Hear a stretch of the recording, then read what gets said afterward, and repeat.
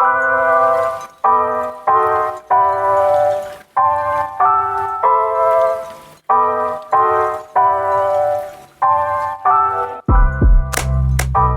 right. Well, welcome to the next version of the next podcast of What Else Is New. And today I'm privileged to have Ian Parnaby. I'm going to have him give him his title real quick. So I used to give titles with Callaway and continually give them wrong. It's pretty shocking how much you guys' titles change. It is.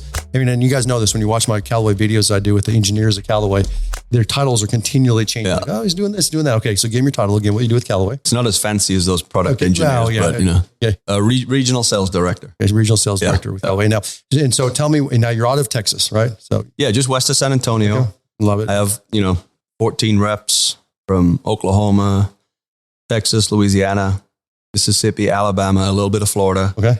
And recently the beautiful addition of Utah. Okay. So it's kind of fun. Okay. So Utah. Yeah. Mm-hmm. So that's right in the backyard. Yeah. Makes total sense. Of course. Like I said, ever changing. All good. Yeah. Okay. Yeah.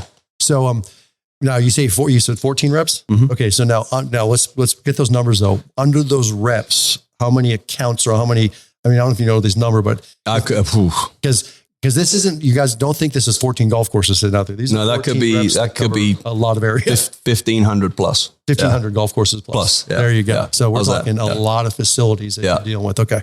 So, and how many people at Callaway are in the same level or have basically the same title as you? Six. Yeah. Okay. Yeah. So you're the upper echelon here. That's where we're dealing. I don't think of it like that, but we'll maybe, say so we'll give some credit. I appreciate that. That's nice. We're going to bring David Dolly up here next. He is upper echelon. Yeah, right. It's a totally different game. All right. So it's now I know you guys come in town. You come in town because we have there's a big PGA South Central section. Yeah, we went over there Monday morning. Right up in Tulsa. And you come up and you support David in that and come see the guys in that. Yep. Which is a great thing. It's one of the few times the PGA professionals in Oklahoma, South Kansas, and Arkansas get together. I think you were a presenter last year, right? Yeah, And I actually got an award and presented last year. It was a great year last year. Yeah. Up there. This year I was a little busy to get up there, but I talked to David about it, and it was a good year up there.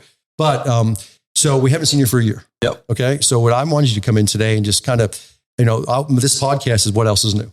Okay. So I'm here. I want to know what some inside information from Callaway is. We get see the stuff on TV. I even get behind the scenes with the engineers. And so I get to see that. Okay. But you're the one that sees the inside. You get to tell the real truth about Callaway. this is more than just marketing hype here. Yeah. So what really working, what isn't working, what we're seeing, go ahead. Last year I walked in this same building and you handed me a headset. Yep. And said, we're doing a podcast. Yep. I said, that's great. Yeah. So this year I had 10 minutes to prepare. So I appreciate it. You drove down with Dolly from Tulsa. You had other than holding on for dear life in the car with them.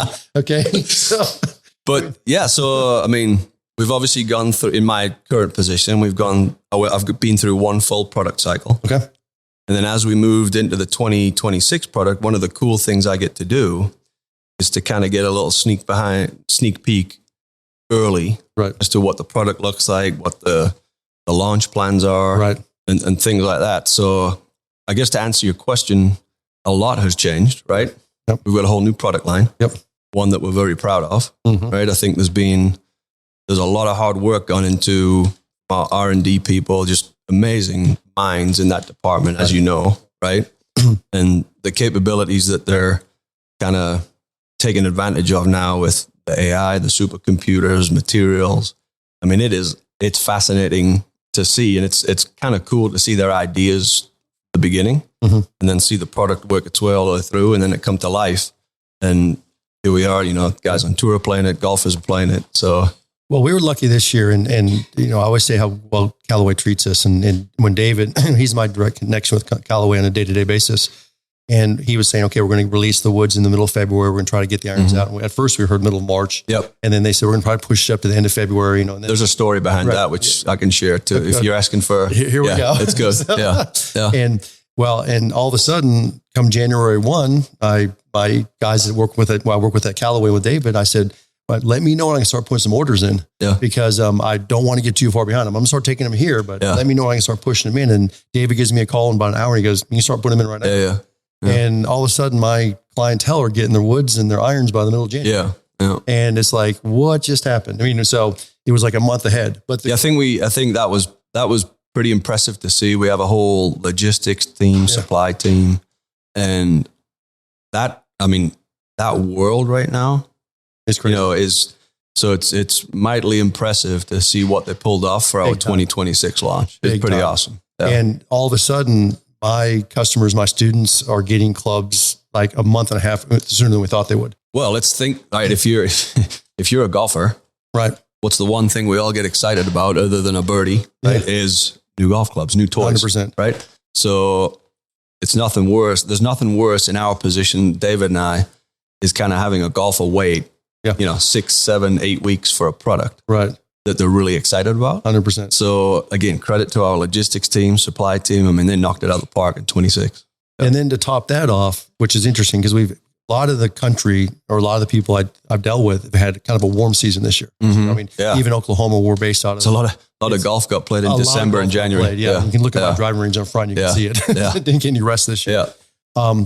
And and this is not because you're here, not saying it's because you're here, not saying because David's standing here watching me. I have never received more testimonials about a product this early ever. That's not cool. even close. That's cool. Not even close. And the quantum is just crazy about testimonials.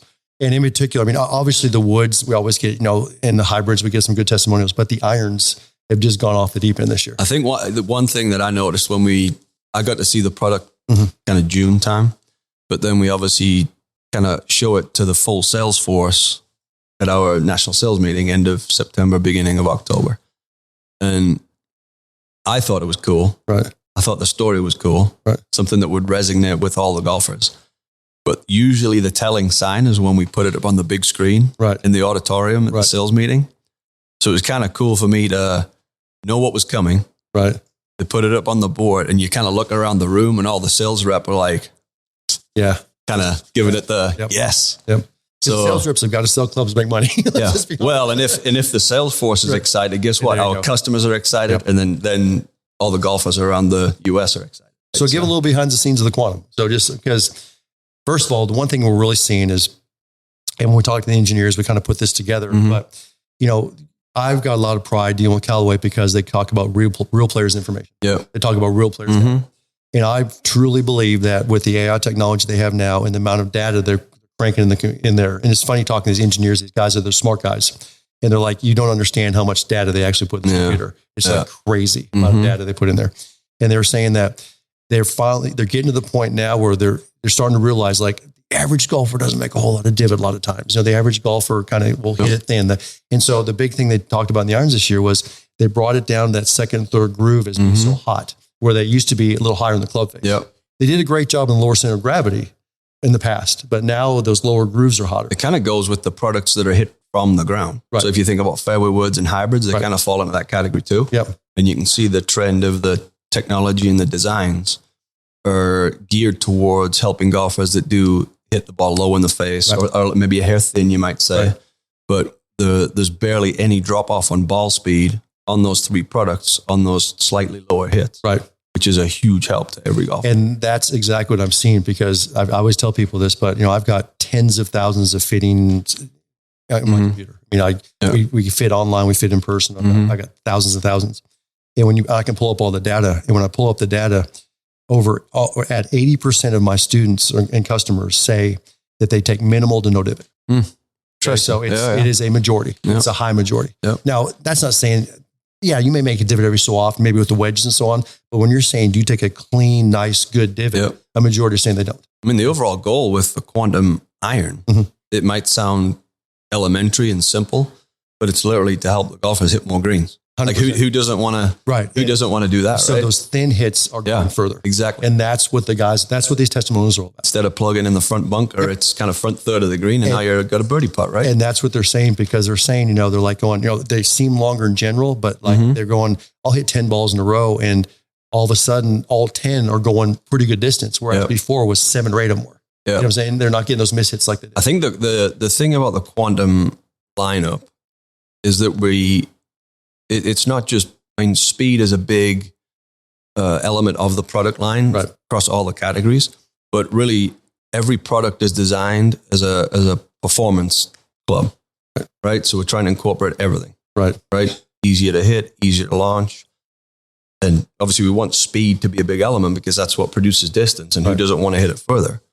But these clubs are really across the line are built for total performance. Right. So give me some behind the scenes of that. So you presented it to the sales force, you presented to and talk about the excitement reaction. Why? Well, I think the obviously the technology piece that is it's in our little display here is the kind of the driver face and how they've produced this. Even the idea of it's kind of mind-boggling, to be honest. They start with we always know that titanium is king for a striking surface, right? And then they knew carbon had a place, right? Because carbon's really good under tension, right? And then it's like, okay, how do we get there? Because the computer keeps telling us to go thinner on the titanium, right? But we can't because the face cracks, right? So, and then there's a little story weaved in there with the long drivers. That's where the poly mesh piece started. So it was kind of like an aha moment, and they bring these three materials together to create this performance system as a face and a driver, right? And while it's really, really fast, which is a good thing, the thing I've enjoyed the most is the mishits, like a toe hit would usually kind of dive left for me. Right. Those shots maintain the spin. Now I'm closer to the middle of the fairway and also further down the fairway because the spin is better. Right. And the same on the heel hits. Those high spinny shots are not high spinny shots. Right. That one's a little less to the right and further down the fairway. Right. So it's just kind of the whole way the performance system of the face it's amazing. Right. Yeah. So I'm going to ask you another question here because this is something I've been gotten into lately. And I'll always kind of throw it out to you, but get your opinion or a little talk about it. I've started a lot of my students, obviously senior players I got everything across the board, but I have a lot of senior players and even guys hitting regular flex that I'm starting to put lighter shafts in their hands. And they're seeing pretty significant increase with lighter shafts, 40-gram shafts and drivers, 50-gram shafts and drivers. And do me a favor and talk in general about that a little bit, just because there's still a lot of old school thought out there.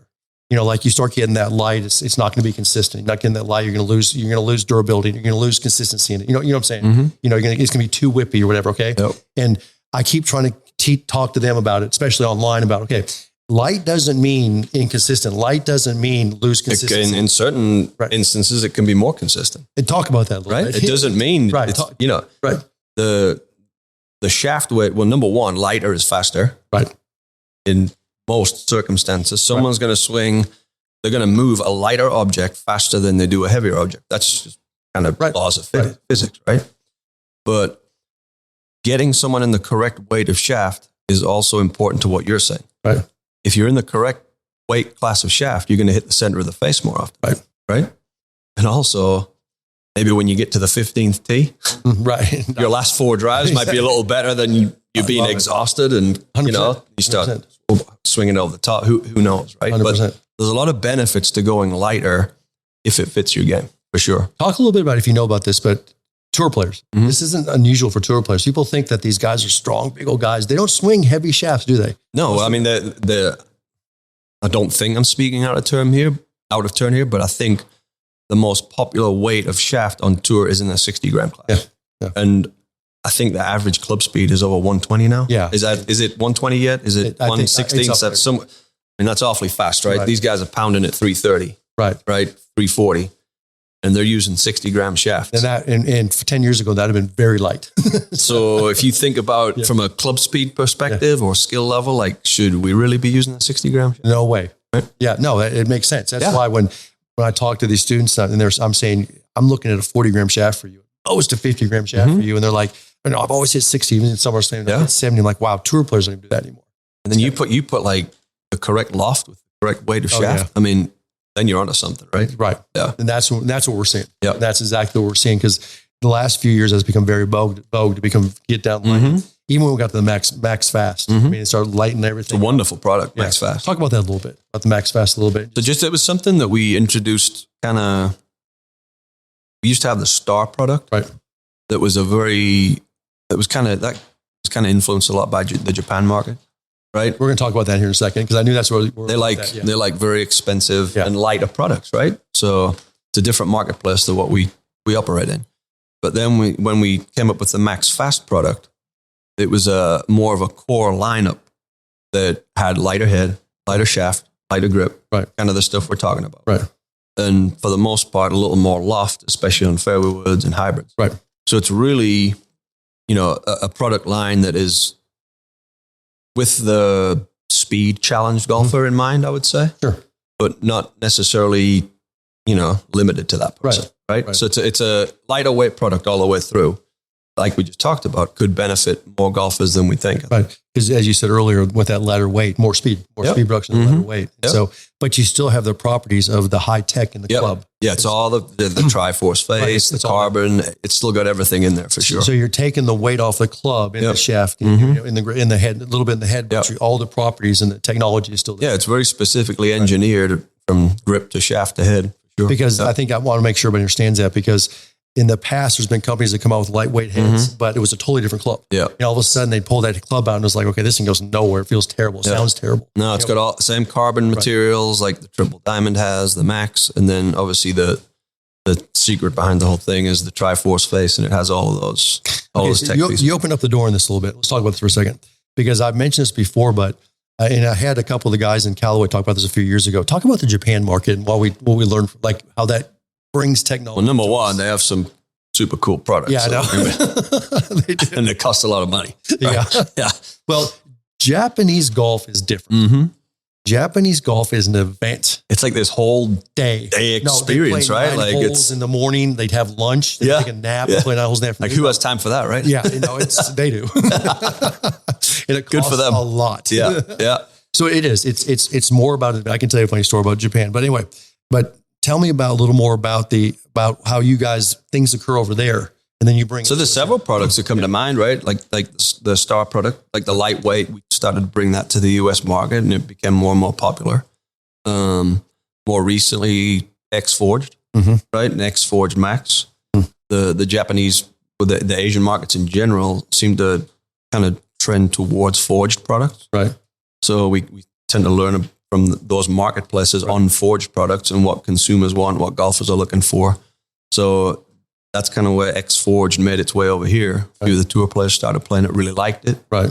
And, like, man, why got to give this to people? Right. It's such a beautiful, great performing product that we got to sell this. Right. Right. And then just same with the Star product. And so. Did I ever tell you the story about the guy? I told you the story about the guy who came with the clubs in Orlando school from Japan. Okay. Dog may have heard this, but this was quite a few years back. I had it was an Asian guy who was from Japan, and he came into one of our golf schools. He spoke very little English, enough to get by. And he came to our school, and it was a 3-day school. And I'll never forget this, because it was a long time ago. So I was actually working a 3-day school. And he came up with his bag the very first part of the first day, and he put it on the tee, and it was a bag, and it had the cover on top of the bag. And he wanted to open up and show me these clubs. And I was like, no, not yet. I mean, I'm going to go through your bag. I'm going to look through everything in your bag. It's going to be perfect. And we'll have time in the next couple of days. We're going to do that the first day. And I remember the afternoon of that day, he was almost like taken back that I hadn't looked at his clubs yet. Okay. And he brought me over to his bag, and he wasn't speaking good English. So he kind of drugged me over there, and he wanted to show me his clubs. It's like, I pushed him off. Like, no, I'll get to it tomorrow. I'll start going through the bag, do the fittings and so on. Okay. So the next day, he tried to get me in the morning to come see his clubs again. I pushed him off till the afternoon, and I made sure he was the first one I went to in the afternoon. Now we have like 20 students in this school, and I went to him first. And I opened up the bag. I started looking at the clubs, seeing if they fit him. Looked at the fittings we've taken. And I peeled off the top of this bag, and he had iron covers on his irons. I picked off the first iron cover, and they were gold-plated irons with diamond chips in the face. Okay, this is a true story. And I'm looking at these things, and I've never seen these in my life. Yeah. They're in some probably Asian language I understand. And he's so proud of these clubs. I'm looking at these clubs, and I'm like, first of all, I had to have him interpret what they were. So I was like, oh my God. You'd never seen the brand or anything like that. And literally, I'll never forget, because they had grooves across. On the edge of the grooves, there was diamond chips in there. Okay? It was crazy. And this guy was probably 5'2", 5'3", and his clubs were like a foot too long for him. I mean, they didn't even get close to fit him. They were too upright. They were too long. They were not even in the ballpark. Okay. And I took one, and I'm like, okay, do I even try to go bend this? Because don't think about this. I'm going to go put this in the line machine, try to bend it. Okay. And we did, and there was no chance. There was no chance. I mean, this was like just. Did you even ask him like what he paid for them? Did you ever figure that part out? I was like, you were like, first of all, I was embarrassed. I didn't know what they were. Yeah. So, but here's the crazy part. So I'm looking through his bag, and I mean, these clubs are worth more than my house. Okay. And I'm looking through this bag, and I have to tell him they don't fit him. They're not even close. And I can't do anything with them. Yeah. And I go to the guy next to him, and I guarantee you this guy's entire bag was worth $200 and they fit him perfect. And I was like, they're pretty good. Yeah. This Asian guy thought I was out of my mind. Because I'm like, that guy's like our dream consumer, right? Like, yeah, this is a guy that thinks he can buy a game, right? We love those guys, right? I've never seen a more expensive fit, and it did not. Oh my gosh. And didn't even get close to fit. And I go to this guy next to him who probably drug his clothes 30 years ago. And I'm like, yeah, they're not bad. Golly. Yeah, I lost all respect for him. But that's kind of how it's it. It's a good example of what it's like. That's it. I mean, you see everything out there, number one, and it's crazy the amount of money that we put into this for non-fit stuff. And that's the key. I mean, so the last thing I want to just throw out to him, and we got a couple more minutes here, but I know you oversee all the people who oversee the people that fit. Yeah. Okay. So you're kind of two generations up, but you were there at one time. Yeah. Okay, and you're a golfer. And so tell them at home. So if somebody's listening to this right now at home, tell them how important it is for a properly fit clubs in your bag. Tell them how important it is. The way that the industry is now, let's face it, there are a lot of options, right? Right. But there are a lot of options because we believe in fitting, right? You know, if you look at our driver lineup right now, there's 5 different heads. Yep. We added the Triple Diamond Max because there's a need for it. Right. So we don't just have these models for fun and just to kind of look at and like they all serve a purpose for a certain type of swing, shot shape, 100%. You name it, right? Like we were just talking about the OS iron. Right. I mean, when you look at the iron lineup, we have Apex, right? Which is our forged premium product. Right. There's a reason that we build the quantum irons the way we do, right? And one thing I was going to tell you and your listeners was the quantum iron came a little bit later because we completely changed design strategy. Right. We went back to what we would call a legacy looking Callaway iron, right? When you look at the quantum iron, it looks like what you picture in your head as a Callaway iron. Yeah. When you think of as far back as the X14 steelheads, and then you look at XR, Rogue irons, Maverick, Rogue ST, that kind of right up the gut game improvement iron. Right. And I just think that the OS iron is it's a wonderful golf club. I agree. You know? I agree. But the importance of getting fit is to, number one, get in the right product category. Right. And then the magic of the correct length, eye angle, shaft weight, grip size. I mean, it all. Right. I mean, if I'm a consumer out there and I'm looking at what the cost of a full bag of it is, and all the custom fitting availability there is, like, why wouldn't I get it? Yeah, 100%. Right? Like, 100%. Because otherwise you're guessing. 100%. Right. And I've always said we take all excuses out of the bag. Yeah. Because, we're building a club that we're gearing towards a swing you're working towards. And we've talked about this before, but you can't have a piece of equipment that doesn't fit what you're working for to work towards. Yeah. And it's not only, like the lie angle. I mean, the actual pieces that are in your bag are as important. Like, what's your longest iron? Right. Can you hit a 7 iron? Can you hit a 6 iron? 100%. Nope. Can't hit a 6 iron. Well, that needs to be a 6 hybrid or an 11 wood. And then you kind of build the bag like that. Yep. That's just as important as any 100%. And specs. The last thing I talk about in that all the time is that a properly fit bag will protect you. Oh yeah. It's the protection from the wrist to the elbows, the shoulders, just the body itself. Yep. You're creating a lot of force when you're hitting a golf shot. Well, as well, every golfer is different height, different maybe swing paths and things. So everyone's going to have their unique kind of nuances, and your equipment should work with your swing. You shouldn't have to fight your swing to work into the equipment. 100%. I love that. And I love what you just said there. The equipment should work with your swing. Yeah. Because you're fighting that equipment, you're done from the word go. Mm-hmm. And I've seen, so I've always said this, and I've talked to David Dollar Dog about this many times before, but I'm telling you, someday somebody's going to put a lawsuit out there. As lawsuit happy as everybody is, for an improperly fit set of clubs that hurt their body, whether it's their wrists or shoulders or elbows. It's really I'm telling you, as Sue happy as everybody is this day and age, because if they truly saw the research I've seen, I know you've seen, the destruction that can occur to the body with an improperly fit set of clubs, it's that 60-year-old guy who walks into the pro shop and you got the 25-year-old kids fitting him. He's like, oh yeah, you should get that forged blade with a steel shaft extra stiff because it's what I love. The guy walks out of there. I think that's where the industry's changed a lot is, when, I don't know, Greg Norman, Nick Faldo, all those guys were, everyone would look what they're playing with, right? Waltz into the retail store and buy it. Right. I don't think the consumer is wired that way anymore. Everything's a fit product because they understand now. And I agree with you on that. The one part I see that, the one part I think is still broken in that is who is fitting them. Correct. Because when I see, I've seen many times and I get a lot of students that come to our schools who are just starting single player now, and they've been fit before, like they were fit like 6 months, a year ago. Yeah. And I look at their bag and I'm like, are you kidding me? I mean, you got a stiff flex steel shaft in there. And they're like, well, this 20-some-year-old kid at this place. And I'm like, yeah, that's what it was in his mind. I'm not knocking him. That was in his mind. If he'd have gone in and got fit by a 60-year-old guy or 7-year-old guy, he'd have been in a senior flex, hybrid. Honestly, the what you ask about how important it is to be fitted, we've just formed a whole new department at Callaway, kind of focused on player performance, science of fitting, forming a new opinion of fitting. Right. That's how important it is. We have a team of people that are literally focused on the fitting aspect of wonderful products. Who's over that? Do you know who's over that? It's a secret. I should know who's over that. It's a secret. I'll tell you when we hang up. Okay, I should know. I know who's that. It's not me. It's not me. It's not David. All right. Well, is there anything else you want to tell them out there? I mean, I don't get you in town very often.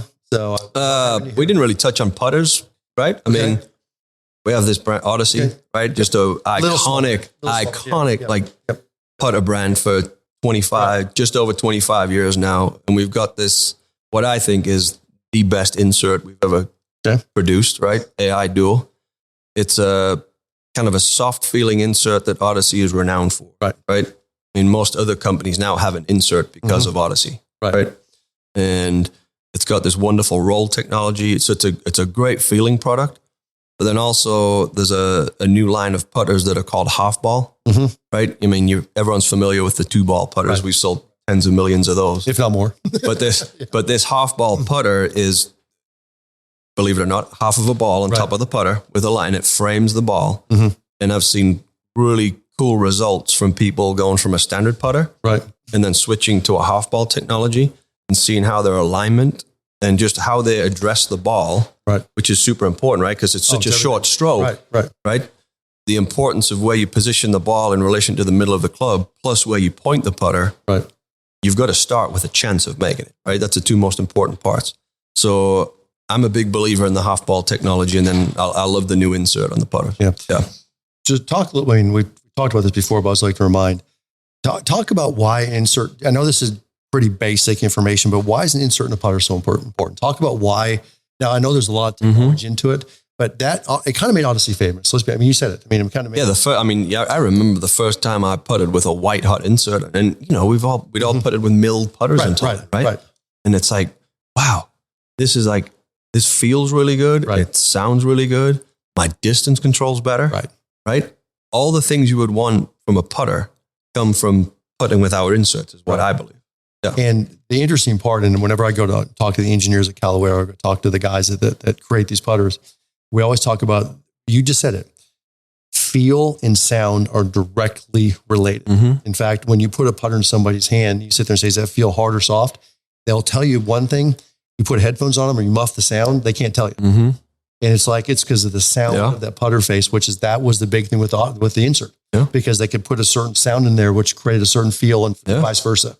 And and the white hot element is stuck since 2000, right? It's always been an element of Odyssey putters, which is pretty cool. Yeah, it really has. Yeah.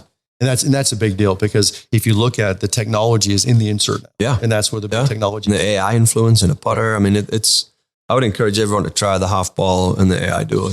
I'll ask you the question. It's like you should always, when you ask the higher ups at Callaway, you guys should know this. What percentage of the 2 or 3 biggest tours right now do you know playing Odyssey? Know the number right now? Because I know last time I heard what it was. So if you take the LPGA, PGA, and the champions, the percentage kind of varies a little bit, but we have been a pretty dominant number 1 on tour, for a long time. And global tours, that number gets bigger. Yeah, I heard it was over 65, almost 70%. There's a lot of putters in play in certain tours. Mm-hmm. Like in Europe, we were very dominant. Right. So it's the white hot insert and the evolution of that is certainly something that the best players in the world have latched onto. Right. It's very interesting in that it has a lot to do. I mean, again, that great feel and they brought it out so long ago. It's amazing how people have hooked into that and stayed with it. They do not want to change. That's your money-making club though. That's. I mean, it's really, if you think about it, you should probably spend a little more time on putter, right? We all stand there and whack drivers and we're like, man, you're talking my talk. I kind of need to make a 6-footer. You're talking my talk and walking my walk. Now it's 43% of your game. Let's go. We can go after this. Love it. Yeah, we've got how long have we got? Have we got another hour? That's the whole point. When you talk about the putters, in proper putter fit, the one that feels good, looks good. And I love when you said line it up right. That's what it's all about. Yep. And when they introduced it half ball, I thought it was a great idea. Yep. Because you had it was interesting. You had 2-ball, you had triple track, or you had single or lines. Mm-hmm. You never really had a combination. Well, it fits with the Odyssey brand too, with all innovation on alignment and inserts, right? It kind of encompasses everything that Odyssey is known for. Love it. Yep. I love it. So are we good? Love it. So, and I'll sit here all day if you let me, but if you got, we're going to get timed out. The boys will kind of cut us off here and give them some more work to do. But like normal, always appreciate your time, buddy. Yeah, no, thank you for all you do for us too. Thanks to all your listeners too. Appreciate it. Thanks, guys, and we'll talk to you guys real soon. I appreciate you being with me today, and we'll talk to you real soon.